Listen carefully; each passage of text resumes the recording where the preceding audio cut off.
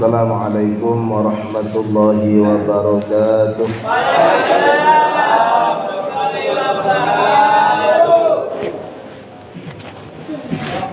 Sebelumnya kita baca tawasul dulu.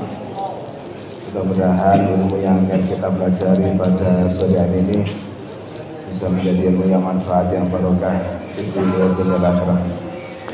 Ala hadiniyah al-fatihah ila ruhi sayyidina rasulillah Muhammad bin Abdullah sallallahu alaihi wasallam, thumma ila ruhi abai wa ikhwanihi min al-anbiya wal mursalin wa azwajihi ummahatil mu'minin wa ahli baiti ajma'in wa jami'i ashabi rasulillah dan muhajirin wal ansar wa jami'i tabi'in wa tabi'in lahum bi ihsan ila yaumiddin wa ila jami'i awliya'i hina maganu wa halat arwahum min masyarik radhiyallahu mawarid ya bar ya bahr ya khususan sultanul awliya Syekh Al-Qadir Jilani radhiyallahu anhu khususnya muallifi kitab Hidayah Imam Ghazali wa usul jamil awliya kisah fi jazirah Jawa wa usul jamil muassisi Jam'iyah Nahdlatul Ulama wa khususan jamil masyayikh sidaqi risalatun al-ahdan wa khususan Rami Habib Abdullah bin Umar Nasr wa jami'a wa masyayikh hadhihi al-baldah wa khususan la jami'i di lapas Pasuruan wa ila jami'a baina wa ummahatina wa li masyayikhina wa li muallimina wa dzalil alaina wa li jami'il mu'minina wal mu'minat wal muslimin wal muslimat syai'un lillahi lahul fatihah. A'udzu billahi minasy syaithanir rajim. Bismillahirrahmanirrahim. Alhamdulillahi rabbil alamin. Ar-Rahmanir Rahim. Maliki yaumiddin. Iyyaka na'budu wa iyyaka nasta'in. Ihdinas siratal mustaqim. Siratal ladzina an'amta 'alaihim ghairil maghdubi 'alaihim waladdallin. Rabbighfirli wa liwalidayya wa lil mu'minina amin. Bismillahirrahmanirrahim. Alhamdulillahirabbil alamin. Wa bihi nasta'inu ala umuri dunya waddin. Wassalatu wassalamu ala asyrafil anbiya wal mursalin sayyidina wa maulana Muhammadin wa ala alihi wa ashabihi wa dhurriyyatihi wa ahli baitihi ajma'in. Qala rabbi shrah li sadri wa yassir li amri wahlul 'uqdatam min lisani yafqahu qawli. Subhanaka la ilma lana illa ma 'allamtana innaka antal alimul hakim. La haula wa la quwwata illa billahil aliyyil azim. Amma ba'du. Hadratul muhtaramin, para alim, para kiai, para ustaz, wabil khusus kepada saudara-saudara sekalian penghuni lapas kelas 2 Kota Pasuruan. Syukur alhamdulillah pada sore hari ini kita semua ditakdirkan oleh Allah Ta'ala bisa berkumpul bersama-sama di rumahnya, di Baitullah, yaitu masjid yang insyaallah penuh dengan iman barakah ini. Mudah-mudahan kumpulnya kita ini akan terus berlanjut sampai nanti di surga Allah Ta'ala. Yang kedua, salatullah wa salamuhu, marilah kita haturkan kepada junjungan kita semua Nabi Agung Nabi besar Muhammad sallallahu alaihi wasallam. Mudah-mudahan kita semua kelak diakui sebagai umat beliau dan bisa memperoleh syafaatnya. Amin amin. Saudara-saudara sekalian yang berbahagia, pada kajian Jumat sore kali ini kami diutus oleh LDNU Kota Pasuruan, yaitu dengan tema etika sholat berjamaah versi kitab Hidayatul Hidayah. Kitab Hidayatul Hidayah ini adalah kitab karangan dari Imam Al-Ghazali. Imam Al-Ghazali itu termasuk salah satu ulama penganut mazhab Syafi'i, sama dengan kita semua ya. Selain seorang imam, seorang pengarang kitab, Imam Ghazali ini diakui banyak ulama, juga termasuk seorang waliullah, walinya Allah Ta'ala. Waliullah artinya adalah kekasihnya Allah Ta'ala. Kalau walinya Allah Ta'ala itu biasanya dianugerahi dengan yang namanya karomah. Kalau para nabi dianugerahi mukjizat. Kalau para wali itu karomah. Karomah sama mukjizat itu beda, tapi banyak kesamaannya. Yang kesamaannya yaitu sesuatu yang tidak sesuai dengan kebiasaan manusia normal. Tapi kalau mukjizat itu disertai dengan pengakuan jadi nabi. Kalau karomah boten, karena karomah itu dimiliki oleh para wali-walinya Allah Ta'ala. Di antara contoh karomah yang dimiliki oleh Imam Ghazali, pernah suatu ketika Imam Ghazali itu mengarang satu kitab yang tebal seperti ini. Setelah itu diedarkan ke beberapa santrinya, lalu ketahuan istrinya. Terus saya ini Imam Ghazali itu keren.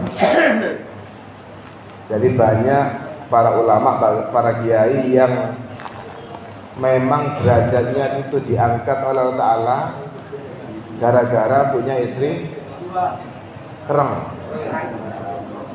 Istrinya kereng. Ketahuan Imam Ghazali ngarang kitabnya oleh istrinya langsung dirampas. Setelah itu dibakar, habis dibakar. Itu Imam Ghazali tidak marah. Imam Ghazali lalu mengarang kitab yang dibakar tadi itu, dikarang lagi, dan karangannya persis seperti kitab yang dibakar tadi itu.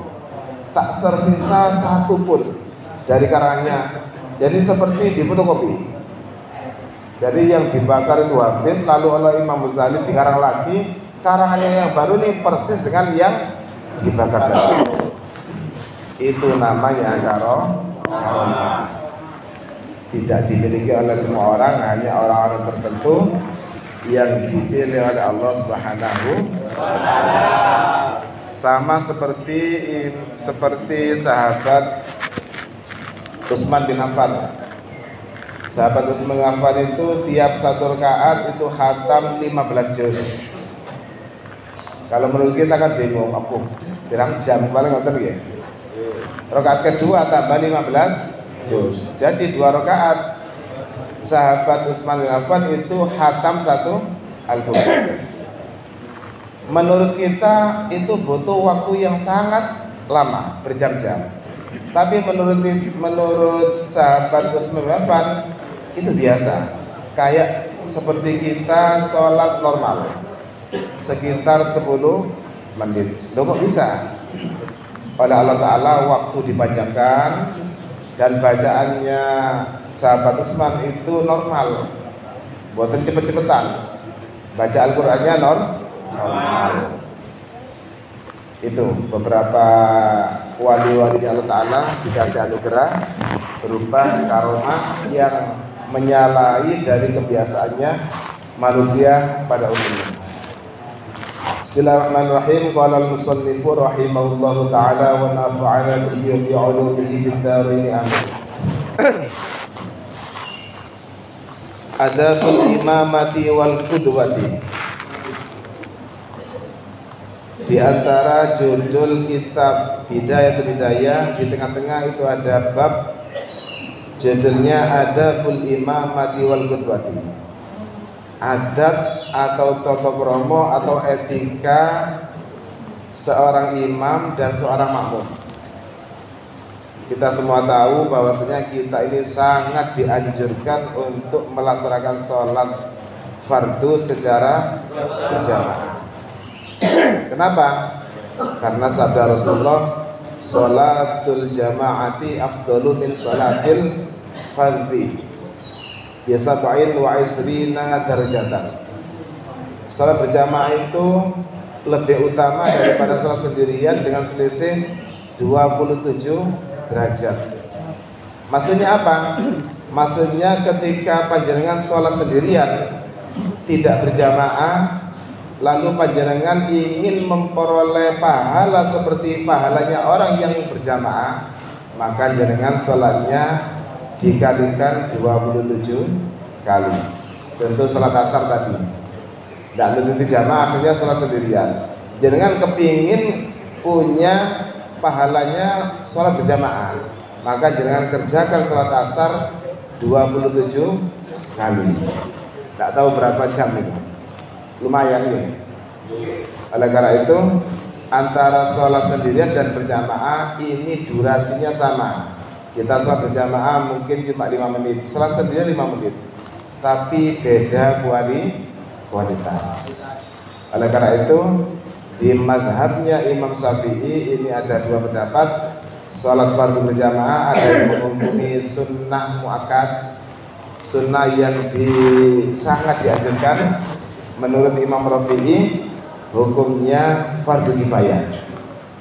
Fardu kifayah dalam arti ketika dalam satu kampung di tiap waktu sholat itu sudah ada masjid atau mushola yang mengadakan sholat jamaah, maka kewajiban yang lain gugur.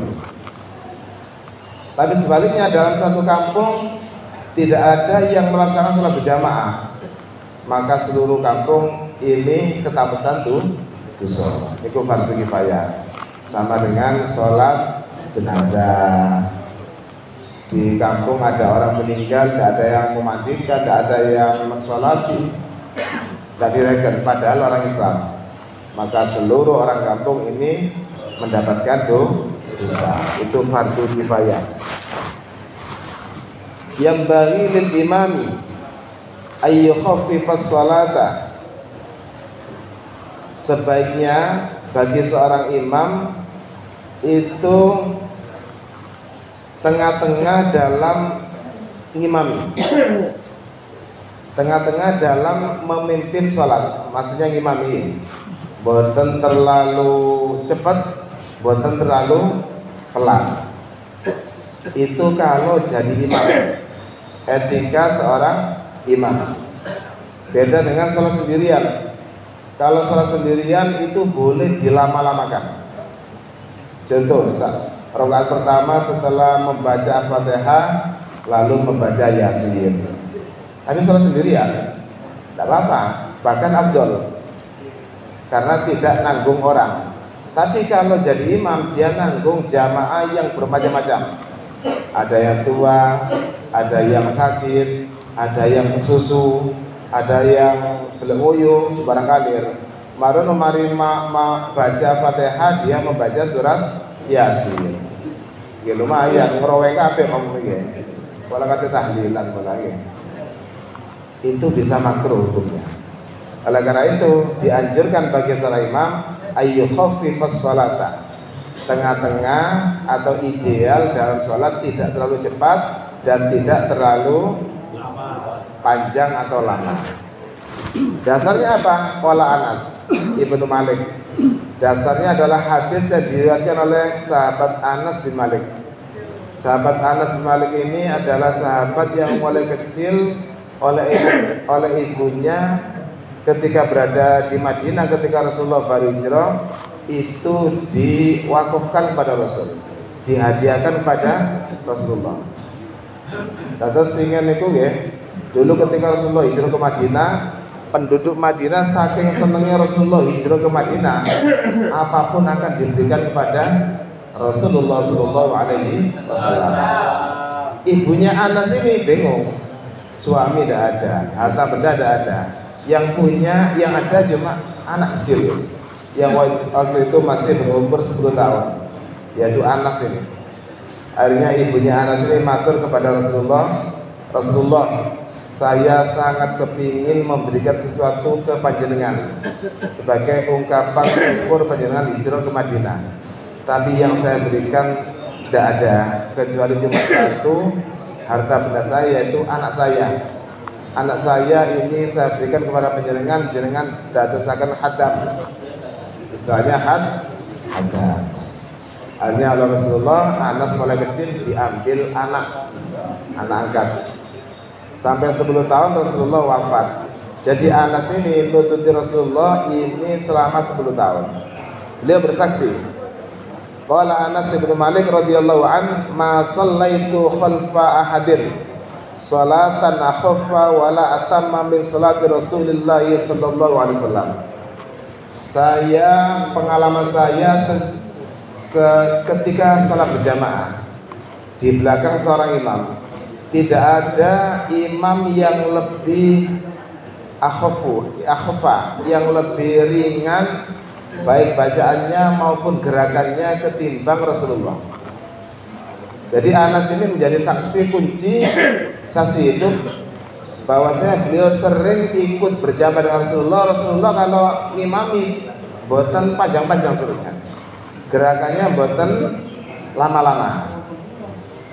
Ukurannya berapa? Kalau rukuk itu baca doanya dibatasi 3 kali. Subhana rabbiyal azimi wa bihamdi 3 kali. Kalau lebih makro kalau jadi imam. Kalau salat sendirian bebas.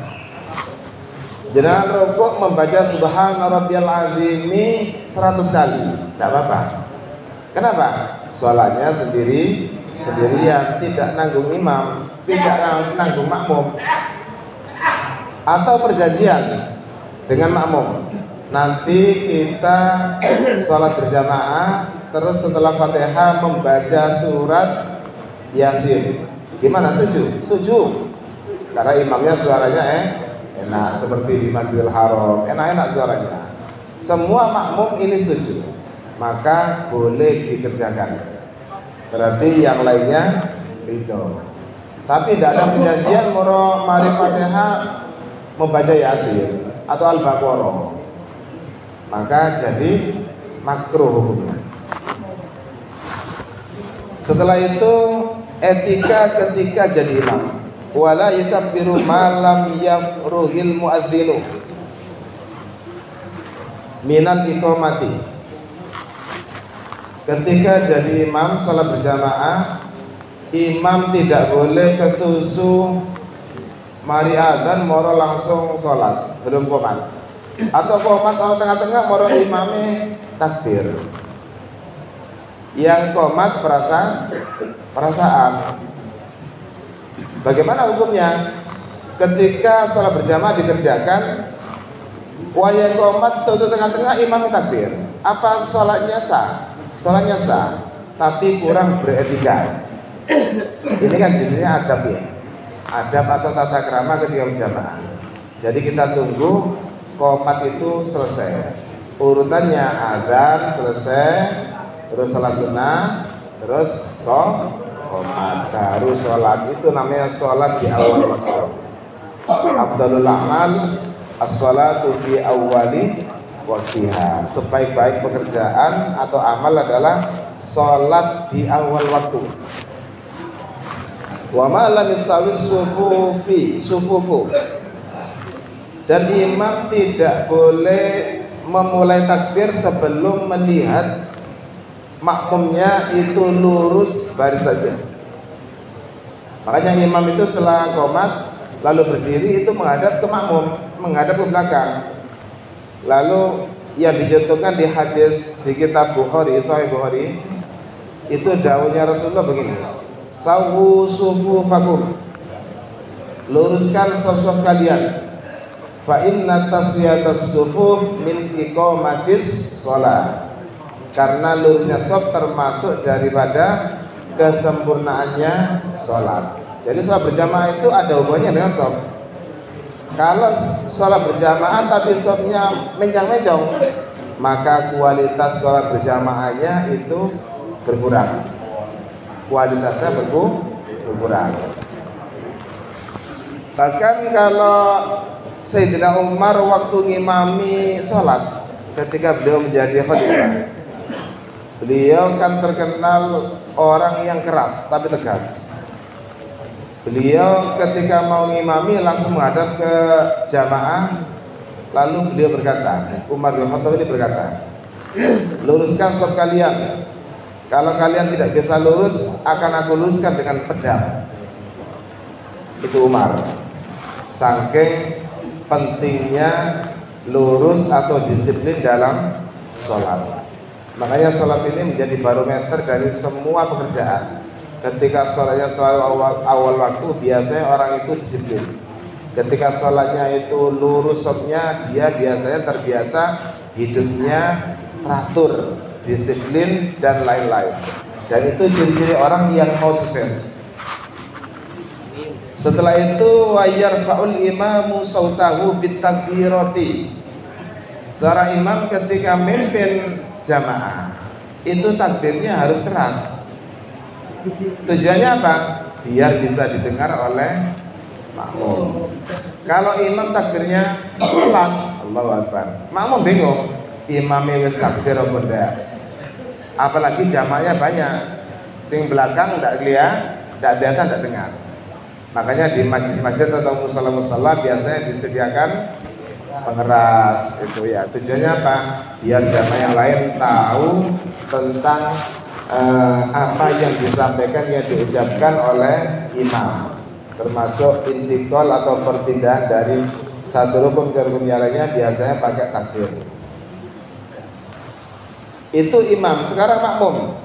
Adabnya makmum atau etikanya seorang makmum, wala yarfa'ul makmumu sautahu. Seorang makmum ketika sholat berjamaah, maka suaranya tidak boleh dikeraskan, illa biqadri ma yasma'u nafsuhu, kecuali sekedar bisa didengar oleh dirinya sendiri. Beda dengan imam ya. Kalau imam itu harus keras agar makmumnya dengar. Kalau makmum tidak boleh dikeraskan. Kenapa makmum kok tidak boleh keras kalau imam boleh keras? Karena kalau makmum juga ikut keras, maka sesama makmum itu akan terganggu. Waya takbir banget wae. Sesama makmum banget. Apalagi ada yang was-was, tambah bingung. Mari ngoten perpindahan mau rukuk sujud takbir banget kabeh. Kekhusyuannya kurang. Sesuatu yang bisa mengurangi kekhusyuan itu hukumnya kurang apik, makruh itu kurang baik. Terus selanjutnya yang penting lagi wayan fi al-imamu al-imamata. Seorang imam itu wajib niat jadi imam ketika dia sholat. Loh, ada tak imam jadi imam tapi tidak niat jadi imam? Ada, lupa biasanya. Karena manusia itu al-lisanu mahallul khata' wan nisyan, tepat salah dan lupa. Tapi orang yang terbaik adalah ketika melakukan kesalahan dia segera tobat. Itu orang yang terbaik. Bukan orang yang terbaik orang yang tidak punya dosa. Karena tidak ada manusia yang tidak punya dosa kecuali nabi. Kalau nabi itu punya sifat maksum, terjaga dari perbuatan dosa. Kenapa? Karena nabi itu jadi panutan. Kalau nabi tidak punya sifat maksum, nabi bisa melakukan dosa. Nabi gendaan, nabi selingkuh, maka umatnya akan niru selingkuh. Nabi yang maksum tidak pernah bermaksiat aja umatnya masih selingkuh, apalagi nabi yang selingkuh, tandanya apa lagi? Itu semua ayat ada hikmahnya. Imam dan makmum ketika niat itu beda hukum. Seorang imam ini dianjurkan untuk niat jadi imam ketika sholat berjamaah. Tujuannya apa? Liyana alal fadlah, agar memperoleh fadilahnya sholat berjamaah, yaitu 27 derajat. Lah dibalik ya apa? Ada seorang imam, dia ketika sholat lupa tidak niat jadi imam, maka sholatnya imam tadi itu hukumnya sah, tapi status sholatnya dia sholatnya munfaridan, sendiri sendirian oleh 1 derajat. Terus ya apa nasib makmume? Imamnya lali tidak jadi imam. Makmumnya bagaimana? Fa idza lam yanwi sahhat salatul qaumi. Apabila ada seorang imam tidak niat jadi imam, maka sholatnya makmum itu tetap sah dan statusnya sholat berjamaah dapat 27 derajat. Saya diwali lagi. Ada seorang makmum lupa ketika takbiratul ihram. Kan niat itu di waktu takbiratul ihram ya. Makanya kita ini disunnahkan untuk talaffuz niat. Talaffuz itu melafalkan niat sebelum takbir. Kan sholat itu dimulai ketika takbir. Sebelum takbir berarti belum sholat. Sebelum sholat itu atau sebelum takbir kita disunnahkan talaffuz atau melafalkan niat. Contoh, nanti sholat maghrib ya. Usolli fardal maghribi. Kalau sholat sendirian cukup 3 ini. Usolli fardal maghribi. Cukup nih Bu. Umpama ditambahi mustaqbilal kiblati adaan lillahi ta'ala niku sunnah. Tapi yang fardu, yang wajib dengan niat itu usolli fardal maghribi. Itu kalau sendirian. Langsung takbir, ketika takbir apa yang jenengan ucapkan sebelum takbir itu hadirkan di hati. Kenapa? Karena tempatnya niat itu ketika takbir, ketika sholat. Tempatnya niat sholat yaitu ketika kita takbiratul ihram. Qasdus niat itu takrifnya adalah qasdus muqtaranan bifili. Sengaja pada suatu ibadah bersamaan muqtaranan dibarengkan atau bersamaan dengan pekerjaannya, pekerjaan awal. Kalau sholat berarti awal sholat apa? Takbir.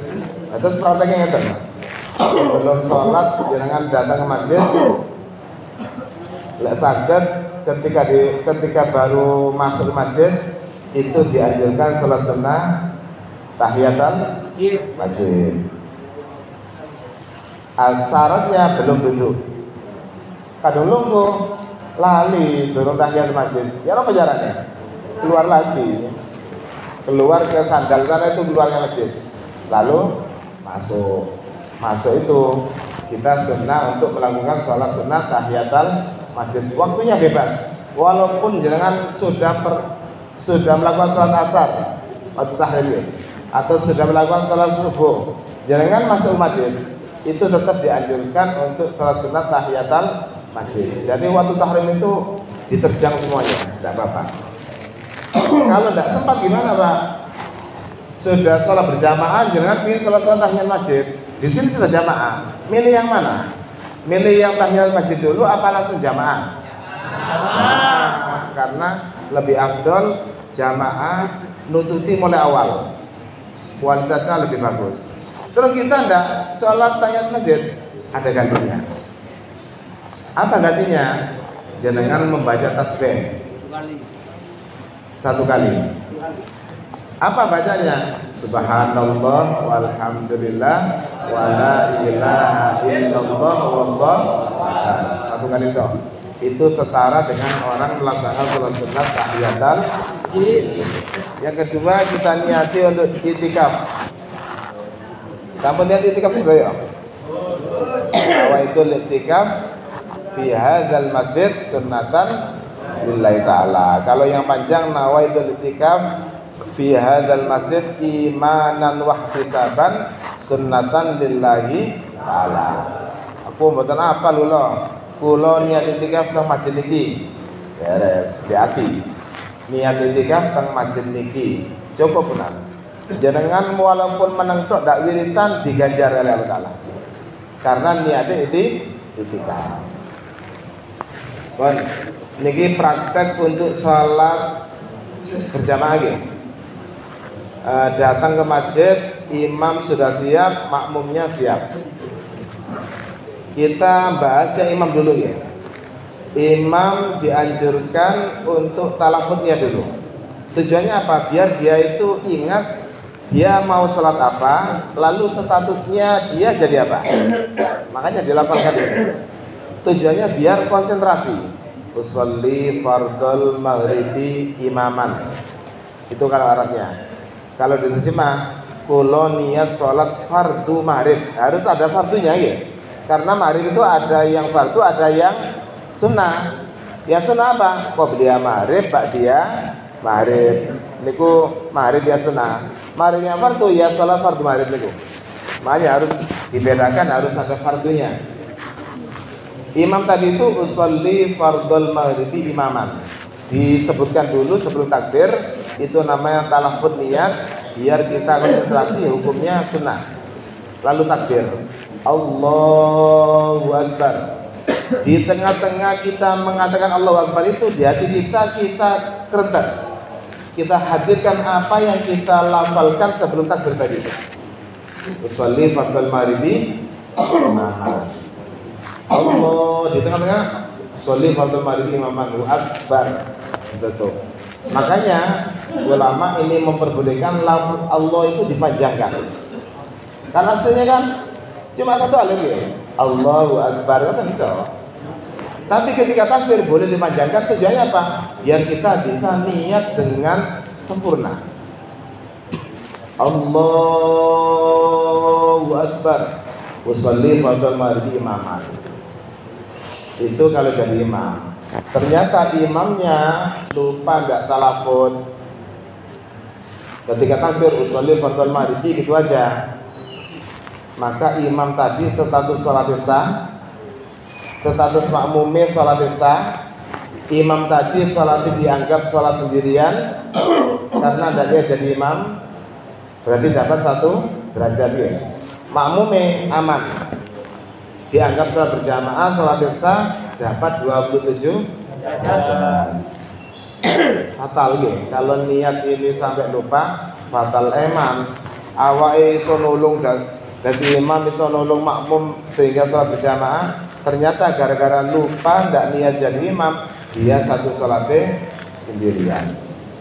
Eman apa betul? Eman. Sekarang kita bahas yang makmum. Makmum ini dianjurkan ketika imam sudah takbir, dia langsung takbir juga. Tapi tidak boleh mendahului ya. Ada 2 kejadian yang mana makmum tidak boleh mendahului imam. Kalau itu diterjang, batal sholatnya. Yang pertama, makmum mendahului imam ketika takbir. Imam itu takbir, makmumnya takbir sih, kesuwen, langsung takbir Allahu Akbar, langsung batal.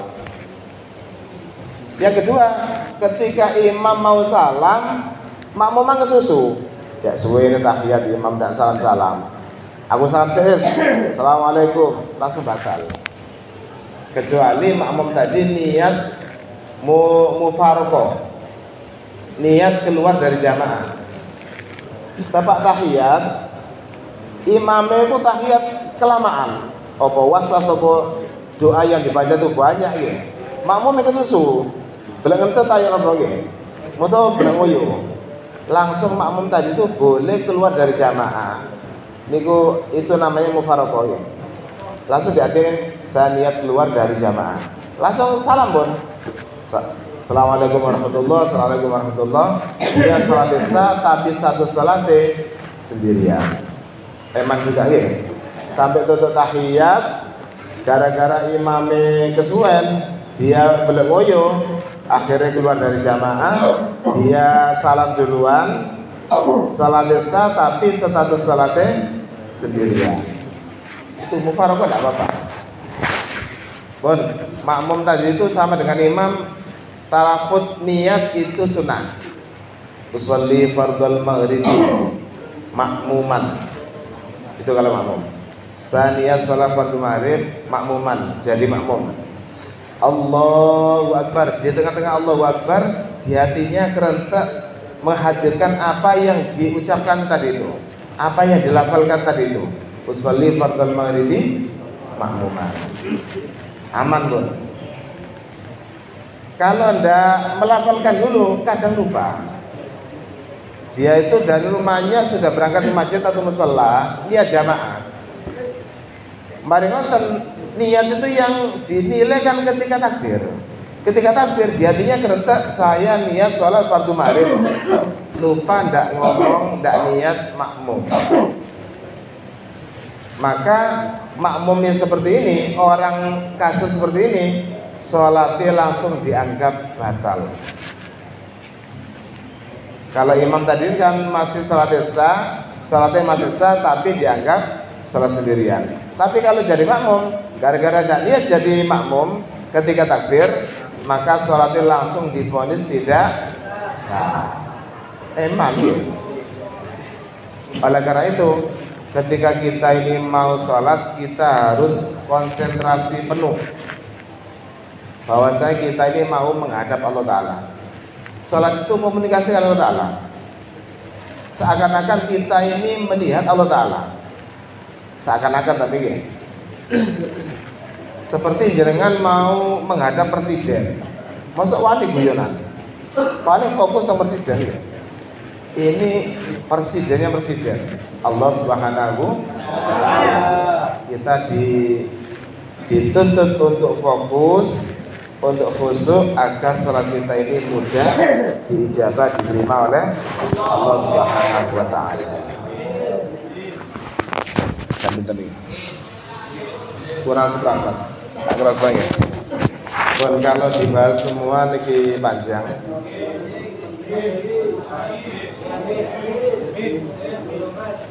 Sekarang waktunya ada 15 menit sebelum ditutup.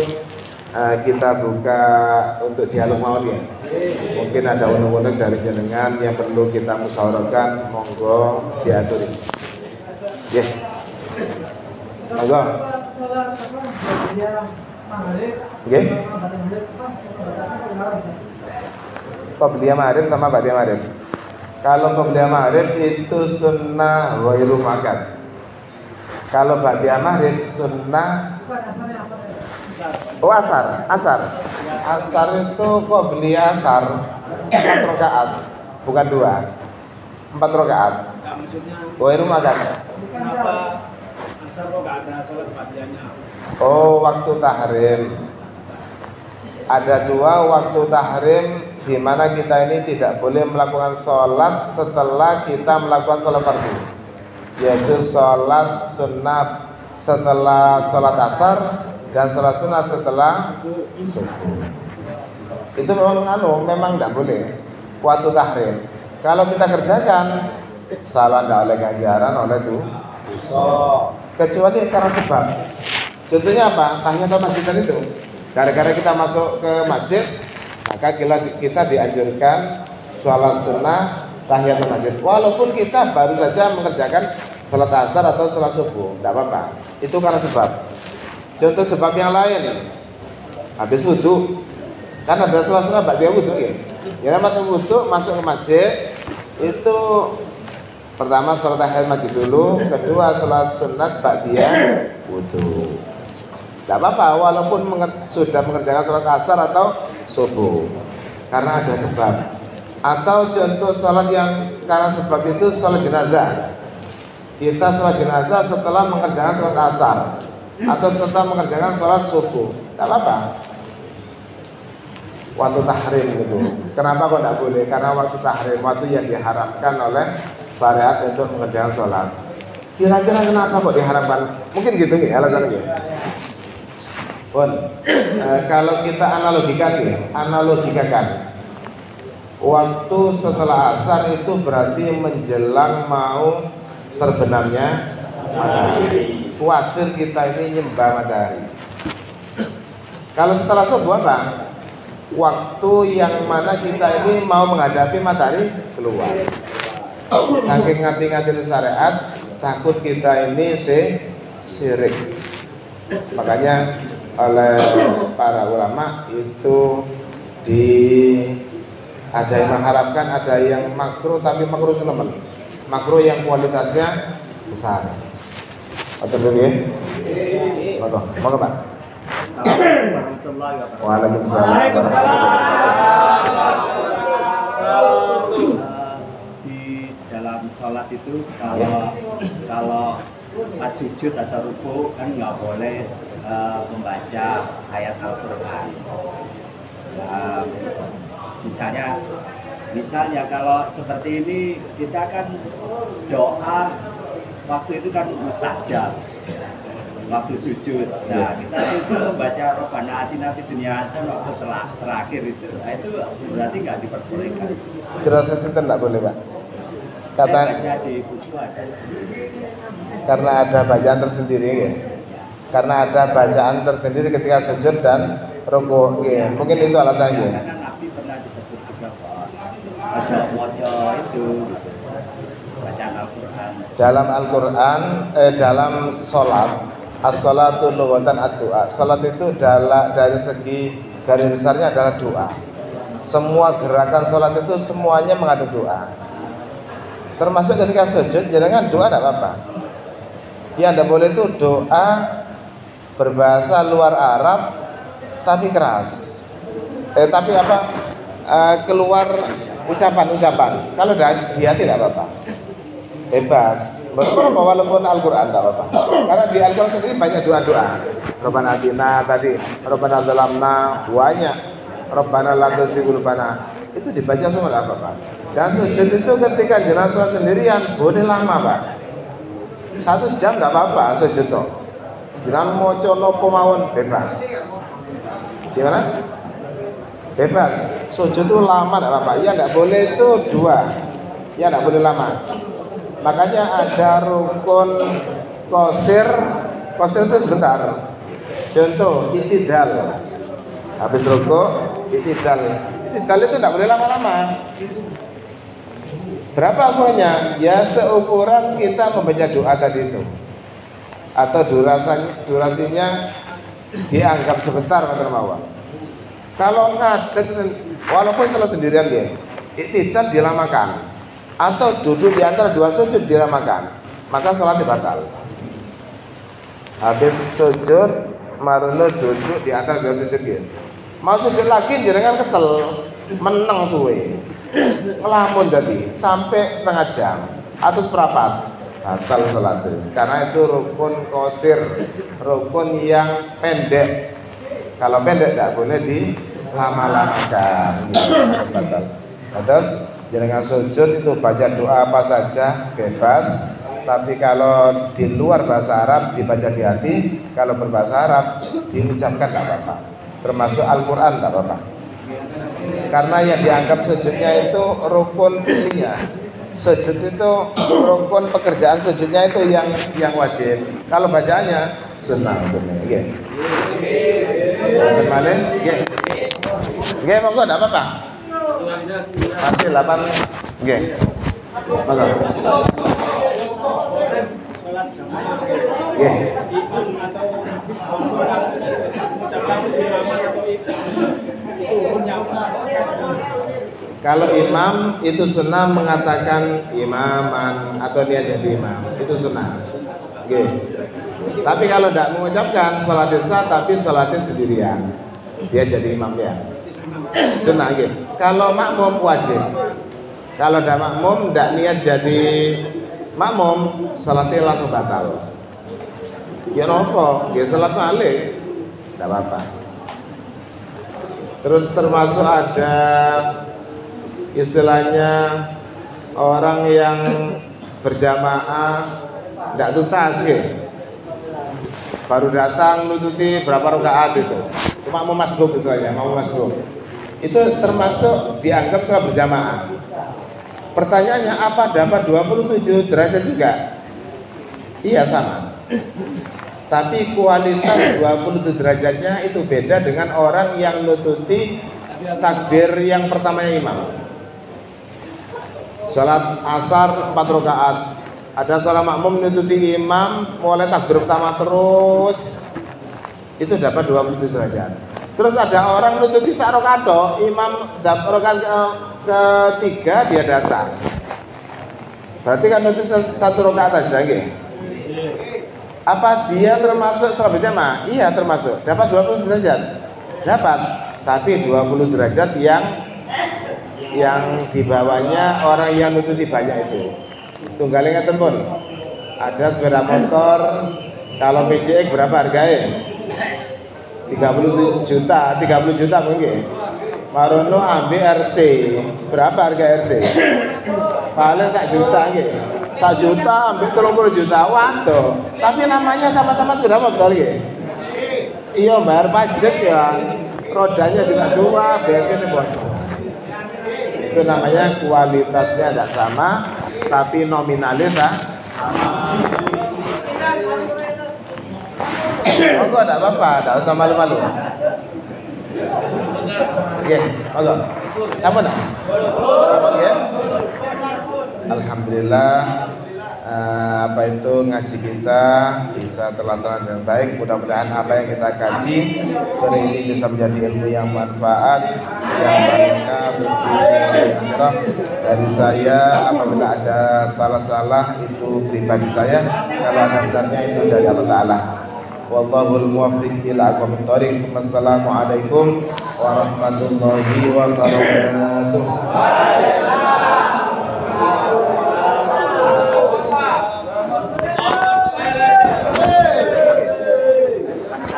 Oke, sami-sami.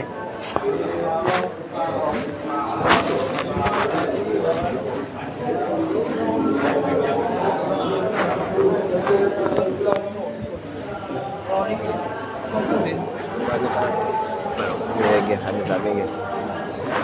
Salam nggih. Sami, Pak. Nggih, sami-sami. Nggih, lah. Nggih. Nggih, sami-sami, Pak. Sami nggih. Nggih.